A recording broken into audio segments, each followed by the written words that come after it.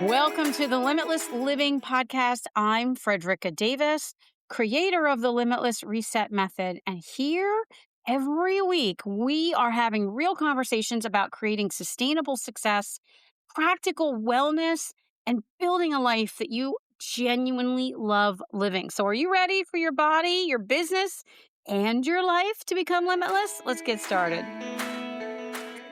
If you're preparing to take your child to college, whether it's your first year or your fourth year doing it, today's episode is for you. It's also for you if you are a woman who is standing at a particular crossroads. Maybe it's a season of change, of transition.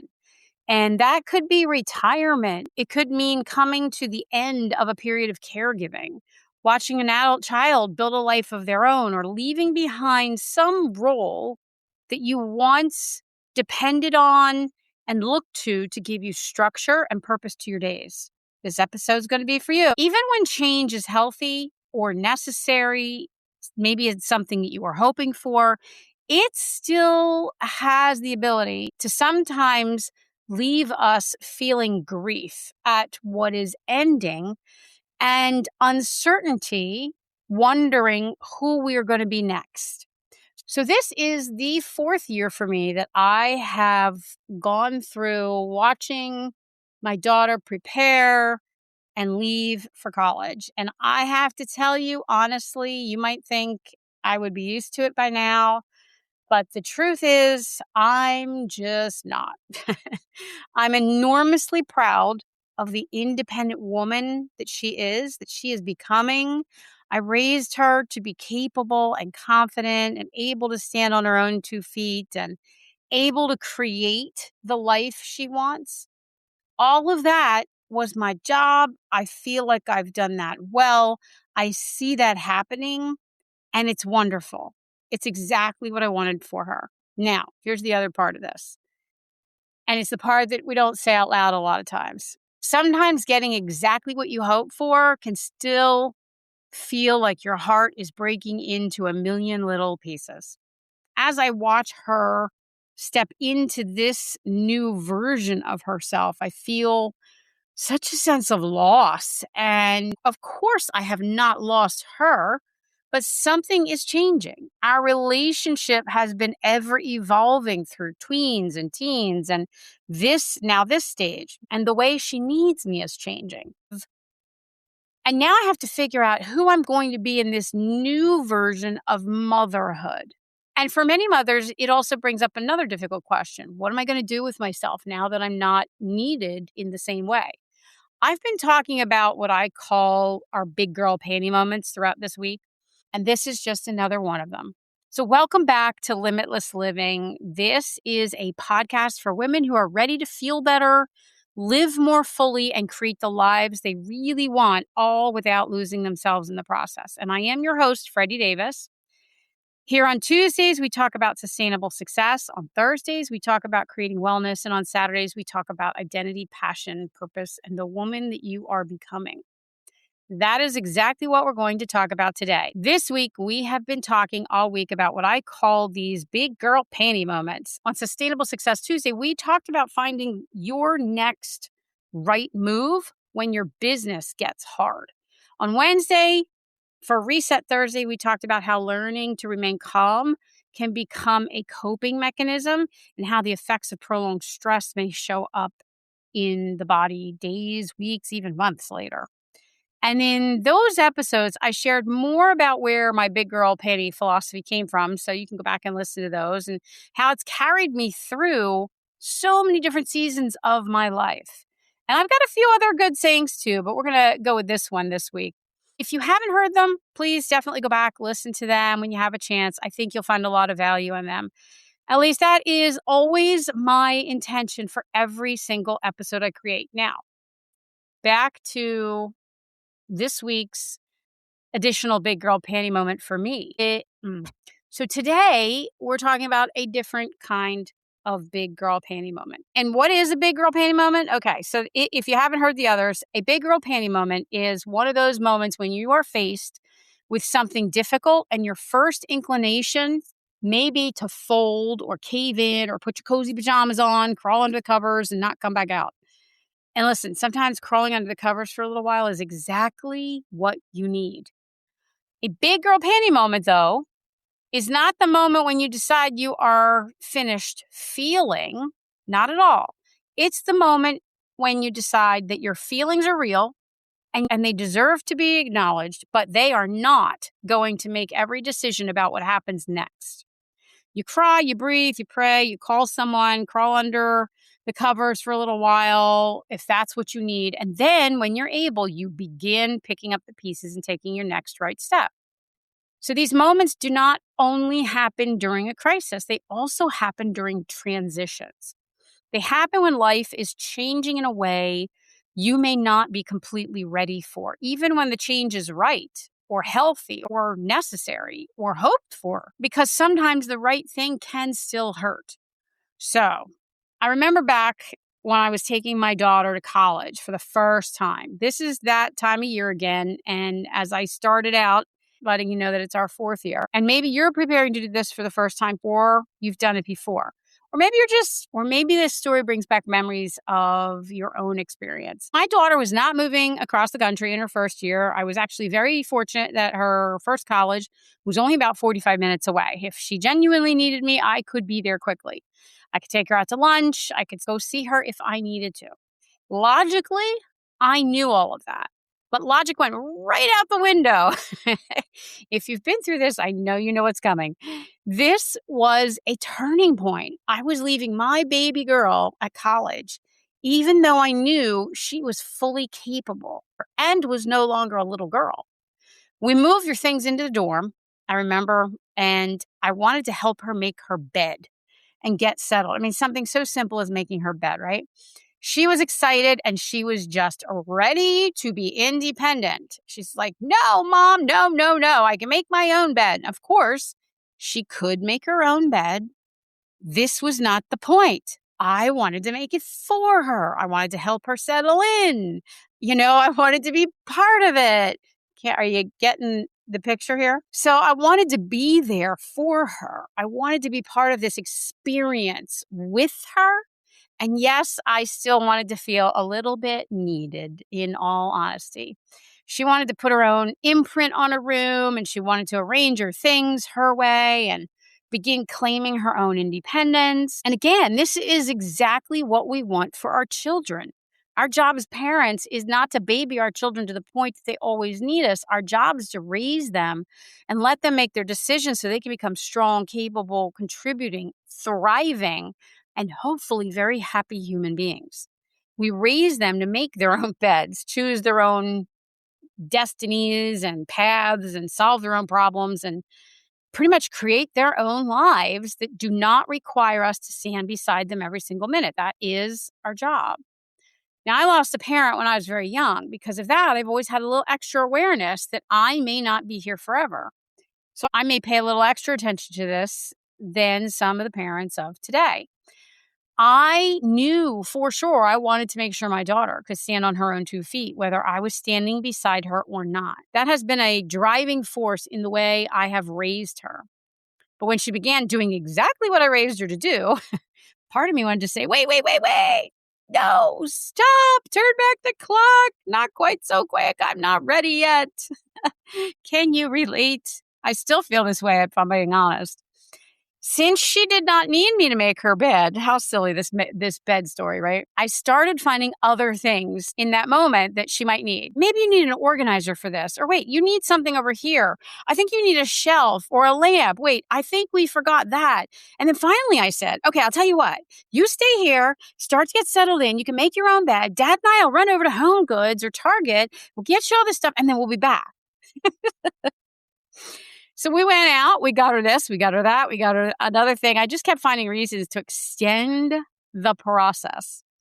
It probably looked as though I was simply shopping for dorm supplies to anyone else. And, you saw all the other parents doing the same exact thing on move-in weekend. But what I was really doing was looking for one more way to stay connected. One more thing she might need me for. One more reason not to leave quite yet. I get choked up even thinking or telling you this story. This is her fourth year, mind you. And that first goodbye still touches a piece inside me, deep inside me. When you love your children, you enjoy them, you feel connected to them, and you want the entire world for them. These moments can really hit hard. Now, here's the thing. They do still need us. They just happen to need us in a different way. And we need to find a way to transition to that and adjust. People often say your children grow up and then they don't need you anymore. Or I'll do this when my kids grow up and don't need me anymore. I do not believe that is true. They still need us. They just need us in a different way at each of these different stages. They may not need us to solve every problem anymore, and they may not want our advice before they've had a chance to figure some things out on their own. In fact, there may be a stage when they do not want much advice at all. In fact, the anti of everything, if you've lived through that stage. They're exercising their independence. This is all normal. And at those moments, they know everything, right? Apparently, for a while, we do not know nearly as much as we used to as parents. Just have to laugh because I was the same way with my mom. Sometimes they just need us to listen. Sometimes they need us to wait until they ask for help. I find that one of the hardest. Sometimes they need us to believe they are capable, even when we can see a mistake coming from 20 miles away. That is a difficult shift for us to make, for a mom, a parent to make. I believe we need to allow our children to make mistakes, though. And then we need to give them the opportunity to fix those mistakes. This is how they grow. They don't develop resilience when we do everything for them, when everything is easy or when someone else always fixes it for them. But knowing that does not make stepping away and stepping back any easier. When our children are young, so much of our love is expressed through doing. As mothers, we become doers, even if we weren't doers before. We feed them, we dress them, and drive them everywhere, and manage the schedule, and help with the homework, and hug them and kiss their boo-boos when they fall, and stay awake all night when they're sick, and, make the decisions that they are not able to make yet. Then, little by little, as they grow, good parenting begins to require us to do less. Not love less, not care less, but step back enough for our children so they can step forward. That requires its own level of courage. Serious courage. Pride and sadness can both exist together. In these moments, it's entirely possible to be proud of your child and sad all at the same time. It's entirely possible to have two conflicting feelings at the same time. I am proud of my daughter incredibly, I have to admit, but I am very sad too. Not just a little sad, I'm very sad because I miss so much of those days at the same time as I'm proud and I'm excited for what's next for her. We can be excited for our children and still miss them. We can know independence will serve them well and still feel the loss of not being needed in those old, familiar ways. It just changes. We can enjoy having more freedom in our homes. Our schedules can become more of our own. And the food we put in the refrigerator might still be there when you want to go back for it. And we can enjoy those things and still walk past an empty bedroom and feel that pang of something that's just missing. And I know some of you who might be listening might be thinking to yourself, my God, my children have been home long enough. I'm ready for them to move out. It's time. That can be true too. There's no single correct emotional response or timing. This is very individual to you and your child. But here's the thing. You may feel grief. You may feel relief at the same time as you feel grief. And you might also feel freedom or feel like you are lost. Or maybe all four of those before you even get to lunch. The point is not to force yourself to respond the way you think a good mother is supposed to respond, or the way society wants you to respond, or the way your friends think you should respond. The point is to tell yourself the truth about what this transition means to you. Because it's not only your child's identity is changing, yours is changing too. Going into my daughter's third year, she had a transfer. She transferred from one college to another, and moving her in was an incredible fiasco. The first apartment did not work out at all. And I ended up having to leave her in a hotel while the situation was getting resolved. She didn't know where she was going to live, and she was 3 or 4 hours away. And everything we unpacked, we had to pack up into the car. So I came home with an entirely packed car and drove around, and it was really something. So I returned a week or two later with all the things that had been packed, unloaded, reloaded, driven around with until she could finally move into the correct apartment. And if I gave you that whole story, we could fill an entire episode and a half all by itself. But eventually what happened was everything got resolved. She was settled into a new place. I had come back, we had unloaded, and it was time for me to leave and drive home again. I already had gone through year 1, year 2 of college drop off, and an almost drop off for year 3. I had even left her. So here we were. She was only about 3 hours away. I knew I could get to her if I genuinely needed to. I knew that she was capable and able and going to be okay. And I knew we would talk and I would see her again and all the good stuff, right? But I still struggled. It was still hard. And once again, here I was. I was finding things that I could buy for her at any of the local stores anywhere around, just so I could come back. I could run out, get those things, and come back and see her yet one more time before I made the final drive home. I hope you're laughing at this. You're either relating, you're thinking I'm ridiculous, or just laughing at it. It's totally okay. You can 100% laugh at me because I laugh at myself so often throughout the day. Now, leaving was really hard, and it was hard again the third year. That experience taught me a lot each of those years. And of course, this is her fourth year, and it was hard to let her go. I was a little better, but I was still choked up. This fourth year, why am I still emotional? I already went through this. Why is it hard again? Because love does not follow a checklist. Transitions happen in layers. And it doesn't matter what the transition is, I'm going to add. But each year is different. Each goodbye represents something slightly different. Your child is changing. And each year they change differently. And you're changing. And the relationship is changing. And you're not repeating the exact same moment, but you are meeting a newer version of it. So now here we are, as I said, fourth year, and it feels like another turning point. Graduation is no longer like some distant event. Adulthood is no longer something we are preparing her for someday. She is living it. And again, I am so incredibly proud of her. I am also still her mother. Part of me still wants to make the bed or hug her or protect her.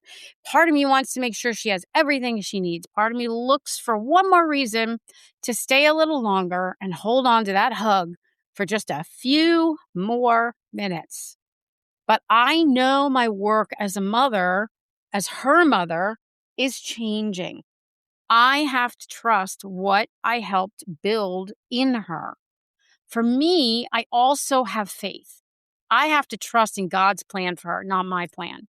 I have to allow her independence to be evidence that I did something right instead of proof that I am no longer important. Let that one land. And I know that logically. It does not always feel quite that simple emotionally. That's true.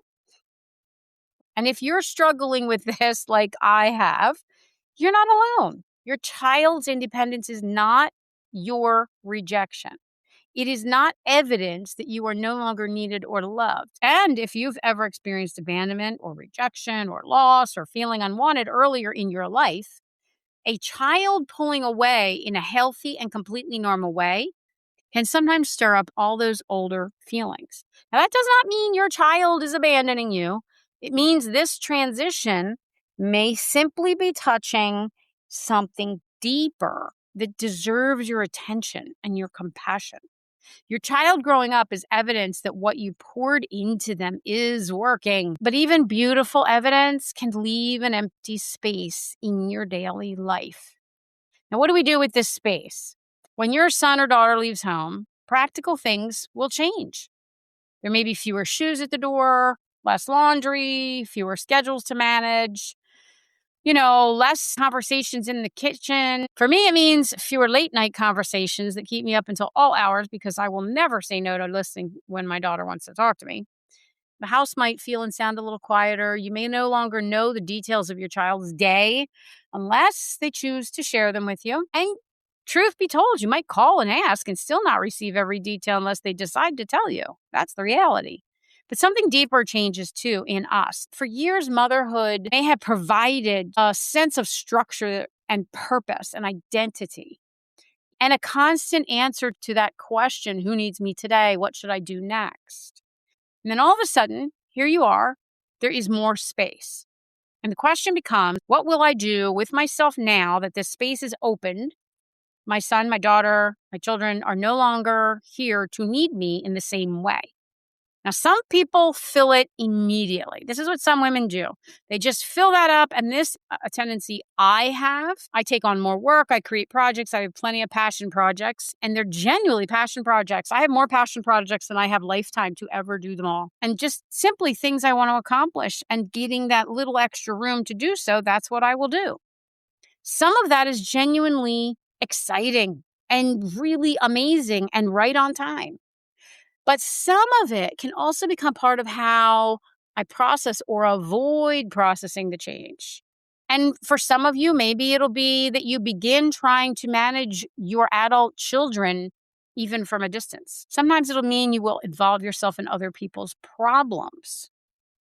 Or you will stay so busy that there's no room to feel or to understand what this transition is bringing up for you. Staying busy is not automatically good.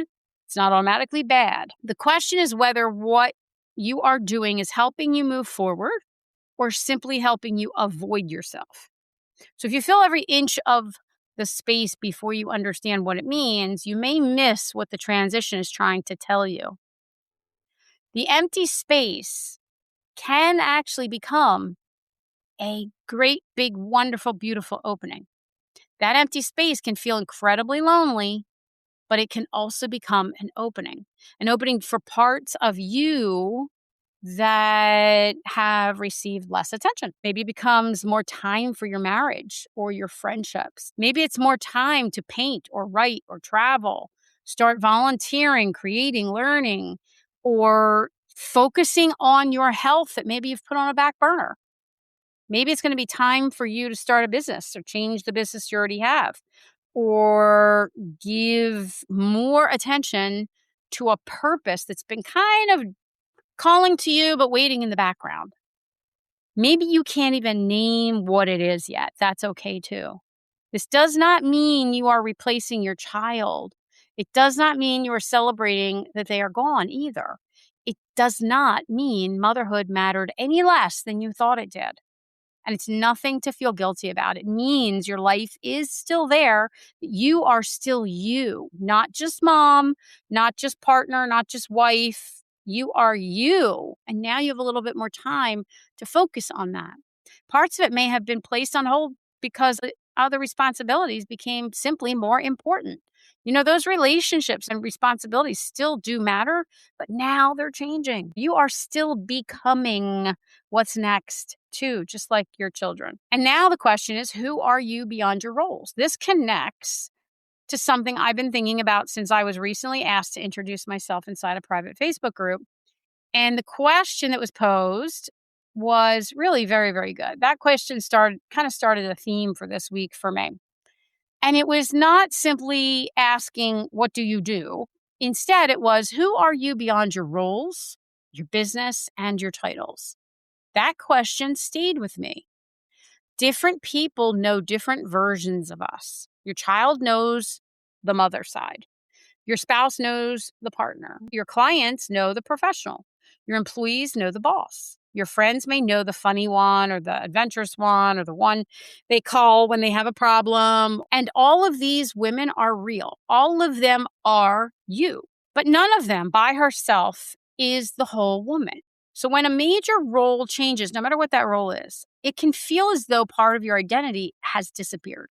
This can be really disarming. And maybe this transition is not only asking you, who am I if my child does not need me in the same way? But perhaps it's also asking what other parts of me are ready to have more room and attention. Now, this is not only about children leaving for college. You may experience this kind of an identity shift when you retire, when you're no longer needed in the workplace in the same way, or when caregiving ends. When you no longer have to be the caregiver and all of a sudden, all that neededness is gone and the schedules and the doctor's appointments and things like that, you can experience this. When a marriage ends or when you move on from a business, when you change jobs, when your body no longer can do what it once did, or a relationship changes, or you lose someone you love.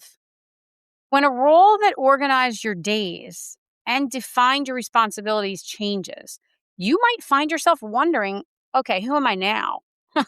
What do I do with myself now? Who am I now? So enough stories today. I want to give you 5 questions so you can really move through this for yourself, regardless of whatever it is you're moving through.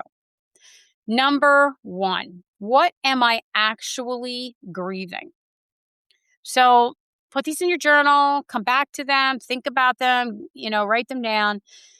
What am I actually grieving? There is grief involved in change, transition, loss, things like this. Don't settle for the first answer either that you come up with. You might say, oh, I miss my daughter. Of course you miss your daughter. But what specifically do you miss? Do you miss her physical presence and simply knowing she is nearby? I know I do. Do you miss the everyday conversations? I do. Do you miss knowing where she is and having that extra sense of comfort about her safety?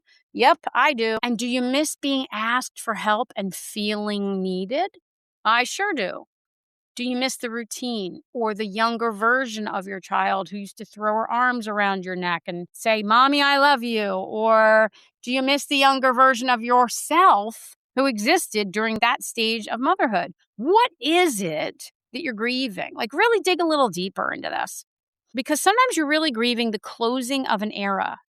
You are realizing that a part of your life you could not always fully appreciate while you were in the moment because you were exhausted and overwhelmed and busy has all of a sudden transitioned. It's ended. Naming what you're grieving does not make you ungrateful for it. It just simply helps you understand what your heart is trying to process. And it's normal.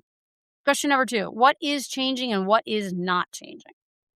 So, your child's address may change. Absolutely. Your daily routine may change. The way your children need you may change, but the relationship does not disappear. You're not losing the relationship. You're not losing the child.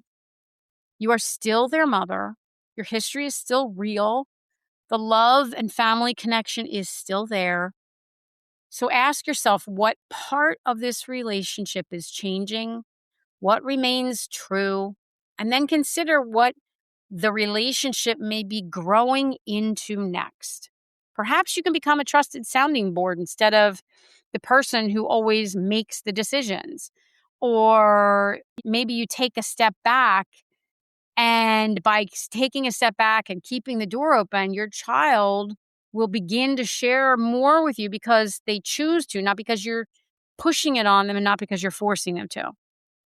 Maybe you will begin knowing each other as 2 adults while still remaining mother and child. So not long ago, my daughter and I spent the day together. Before she went back to college, it was really hard to coordinate our schedules and all these things beforehand. So we went out for the day, did a little shopping, went to a wonderful dinner, and she's 21 now. And while we were at dinner, I ordered a drink, a sour apple martini, actually. Hadn't had one in years. And it really surprised her because genuinely, she has very rarely seen me drink.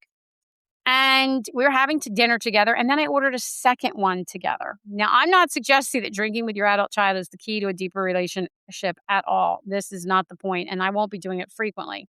It's too inflammatory for my autoimmune disease. However, I felt like it. We were there. We were still mother and daughter, but we were also at that moment two adult women sharing dinner, laughing, talking with the waiter, the manager, the restaurant owner, and just generally experiencing an incredible meal, incredible conversation, and enjoying this whole experience together. It was a glimpse. It was really a glimpse of what our relationship can become.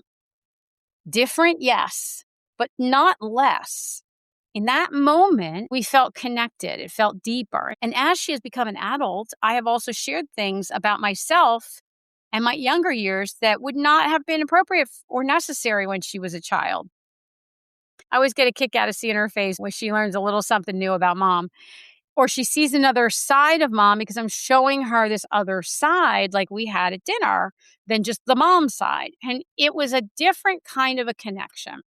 This can be really beautiful too. I'm still her mom, first and foremost, but we're transitioning into a different kind of a connection. So question number 3, who am I when I am not actively needed anymore?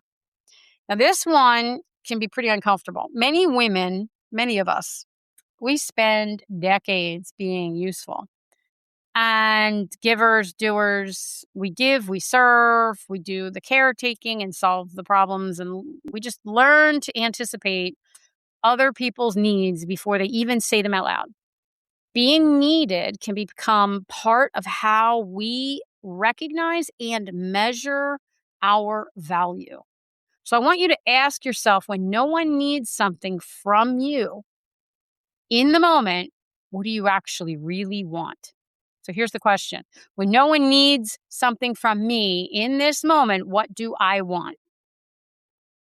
Then ask yourself, what interests me? What brings me pleasure? What makes me curious? What restores me? What parts of me have not had enough time or space? You are not selfish for having an answer. You're not broken or totally disconnected if you do not know these answers yet.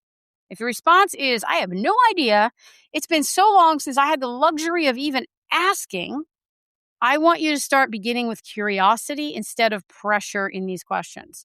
You do not need to identify your new life purpose by Monday. You may not want to reinvent your entire life either. Just begin asking the right questions. So question number 4, what part of me wants more room now? Maybe it is the creative side of you. What would the creative side of you want more room to do? Maybe it's the rested side of you. Maybe you need more rest. Maybe you are a woman who wants more adventure or deeper relationships, deeper friendships, and stronger connections. That's one of the things I absolutely value so much about what I do when I'm coaching, when I'm in my wellness center, and when I am either attending or leading at a retreat. It's those deeper connections. Maybe you're craving that at this point because a lot of times those get lost as we're raising our kids. Maybe you are the woman who wants to start your own business or even grow the one that you have and have some renewed energy to breathe into it.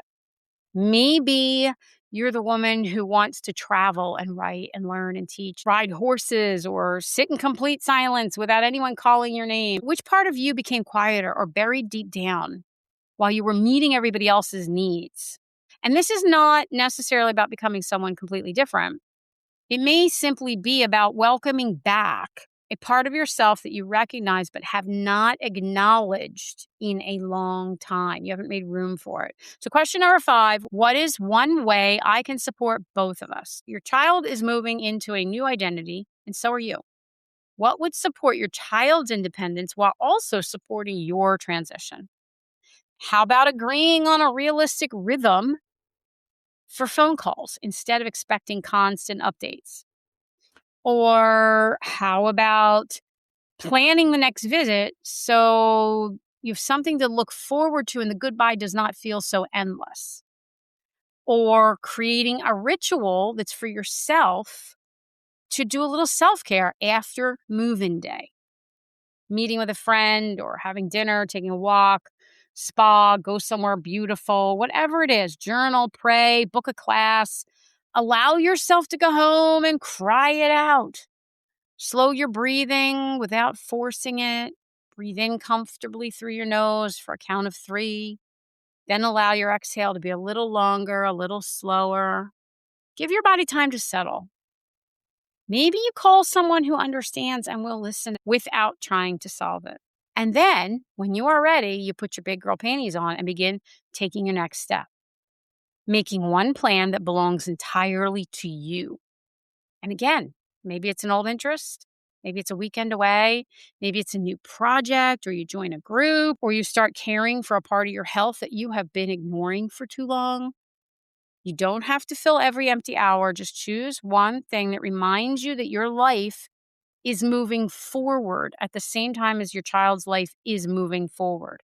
You are not being left behind. You're both moving forward.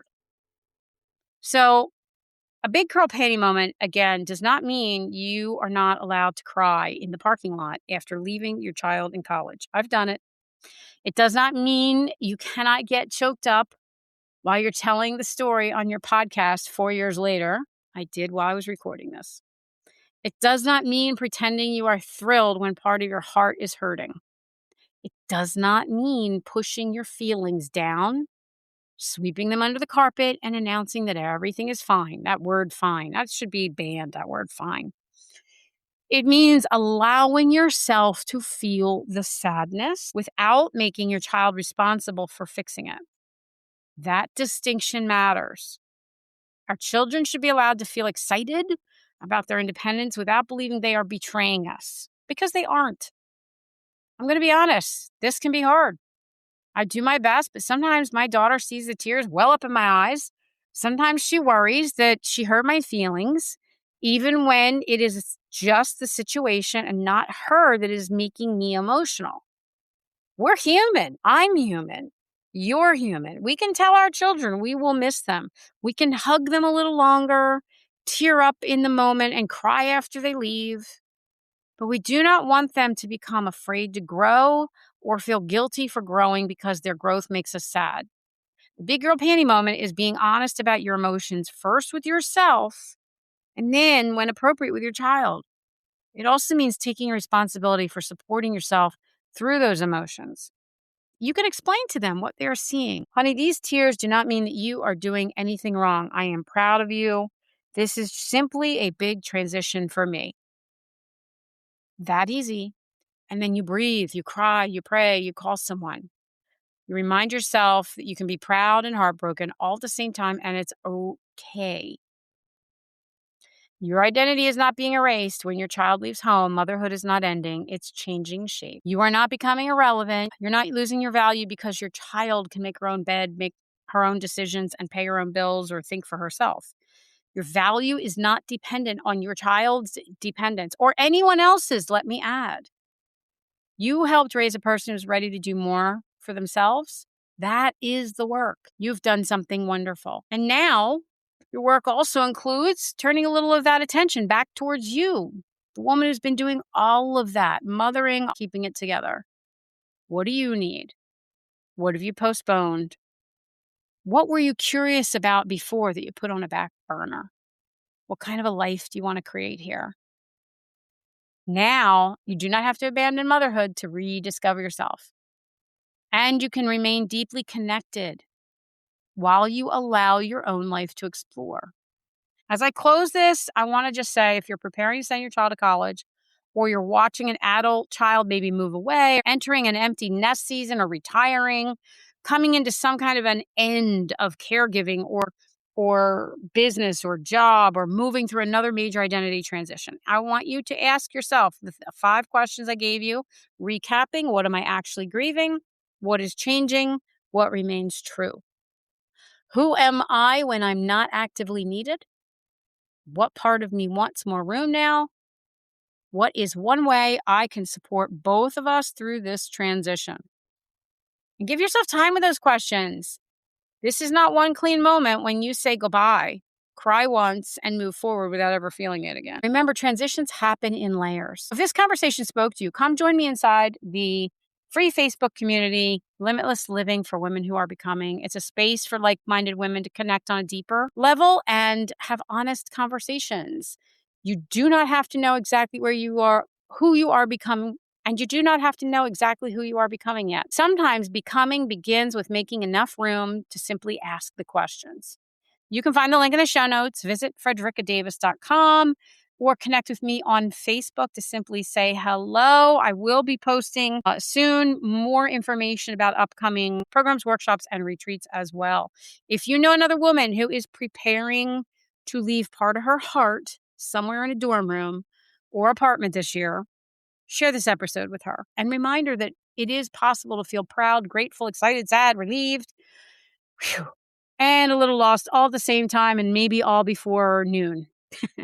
All of it's okay. Her child is beginning a new chapter, and so is she. This is not only an ending, it's also a beginning. So until next time, be rooted, be resilient, and be limitless. Thanks so much for joining me today. If this episode resonated with you, I'd love for you to share it with a friend. Leave a review and be sure to follow the podcast so you don't miss next week's conversations.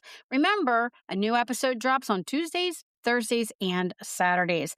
And if you'd like more resources about my coaching, speaking, upcoming events, or you'd like to join my free Limitless Living community, just visit me at frederickadavis.com. Until next time, be rooted, be resilient, and be limitless.